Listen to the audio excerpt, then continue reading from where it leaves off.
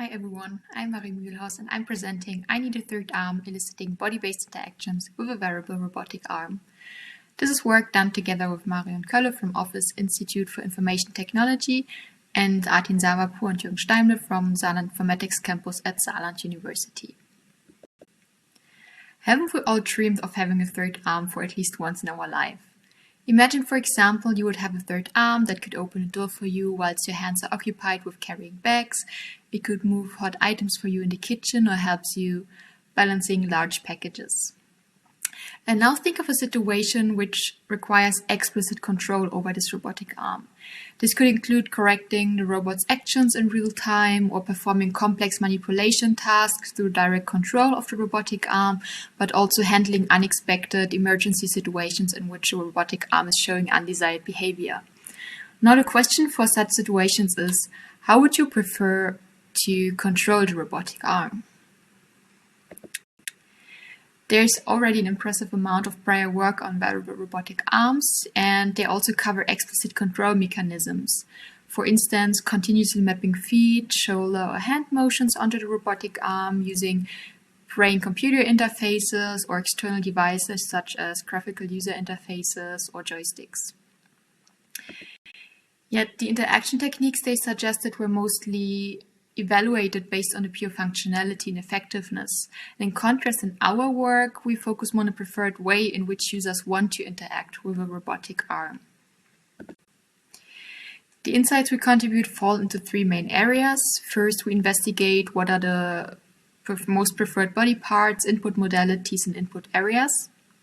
Second, we investigate a specific kind of signs that users perform and where they draw inspiration from.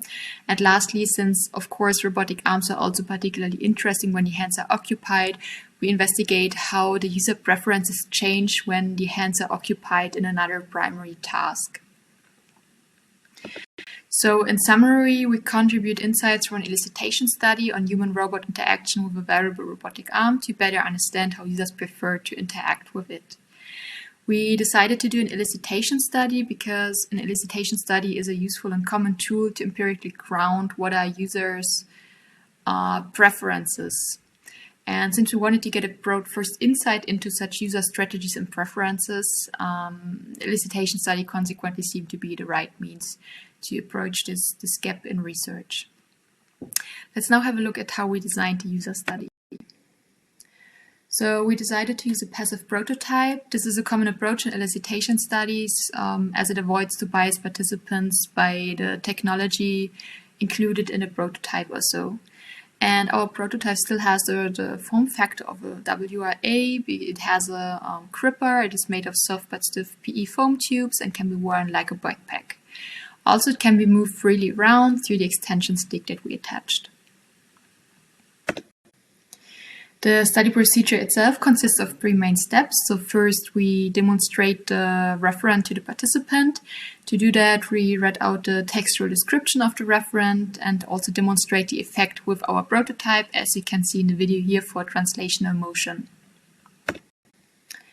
Second, we then ask the participant to do an unlimited gesture production. This means that the participants could suggest as many nonverbal signs as desired for the specific referent. And in the last step, we ask the participant to select their preferred option out of the set of generated signs and reason about why they prefer the sign they suggested. And in case that the sign is not compatible with hands occupied as it involved some hand or arm motions, we also ask the participant to select their favorite sign that is compatible with occupied hands and again reason about their decision. We carefully selected 14 references for which we elicited these signs. This was a challenging process for several reasons. So first, we wanted to opt for domain independent referent such that they apply to a wide range of applications. Second, we wanted to cover a broad range of interaction types that are commonly found in literature. Here we went for basic control functionalities, robot motion, manipulation of objects, and handling emergencies when the robot is showing unexpected behavior. And lastly, of course, we had to limit the number of references such that it fits the usual scope of an elicitation study, and these are the 14 referents that we ended up with. In our paper, we detail more on what the specific referents mean and the selection procedure for these referents. So given these 14 referents, we conducted the elicitation study with 14 participants, and we collected more than 600 individual suggestions overall. Then we pre-processed these suggestions and ended up with 122 unique signs that we further analyzed. And we will now have a short look into what were the most frequently suggested body parts and input areas. So this figure here shows a distribution of the body parts that participants have used for producing the signs. And even though they were allowed to use their full body, particularly the hands and arms, as well as eyes and head, seem to be like very reasonable and promising candidates for the design of interactions. In case that a suggested sign involved a contact with any kind of surface, we further analyzed the area of touch contact, and this figure shows the distribution of input areas for these touch-based interactions.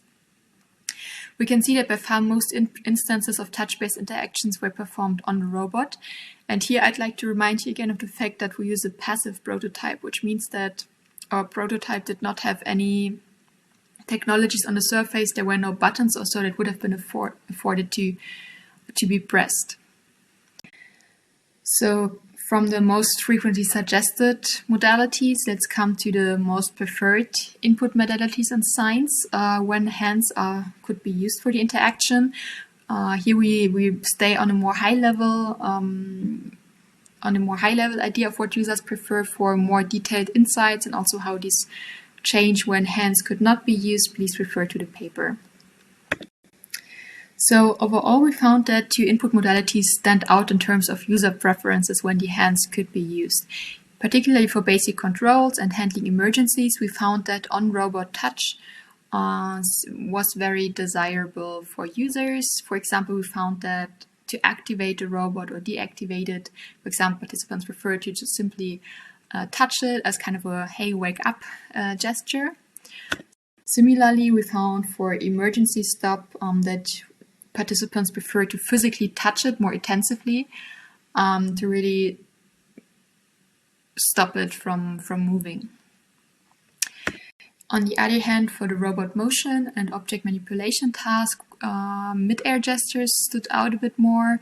So here for translational motions, for example, a frequently suggested and preferred sign was that the robot should follow the arm at a fixed distance, which allows participants for a very precise and direct way of control over the robotic arm. In our paper, we detail more on how these preferences change when the hands are not available. Let's conclude this talk with a short teaser of what else we discuss in our paper. So if we consider both user preferences when hands are free and occupied, we find that the most promising input modalities in order to cover as many user preferences as possible is a combination of touch and gaze-based interactions. We discuss implications for the design of sensors on the robot in our paper. Second, we observed that there are important differences between off-body and on-body robotic arms, because the WRA moves together with the body no matter if the user intends it or not. This allows for novel modes in which the robot can respond to user body motions. We discuss ideas of how these modes could look like in more detail. Third, the WRA can take on different roles in the interaction. So this can be the role of a tool, which allows for a very precise and direct way of control, a collaborator that understands high-level commands and maybe even implicit cues, but even there are things in between. So when designing interactions, we need to take into account this hybrid character of a WRA and the different roles that it can take on depending on the user's needs. Lastly, our study, of course, also has limitations. For example, we found that BCI was a hardly suggested input modality. Potential reason for this is that even though we don't have technical restrictions in the elicitation study, it's still hard for the users or for the participants to simulate BCI. Yet I can imagine that particularly BCI in the future might be also very promising direction to be considered in future user studies. If you're not curious about the paper, yeah, please check it out. And thanks for listening.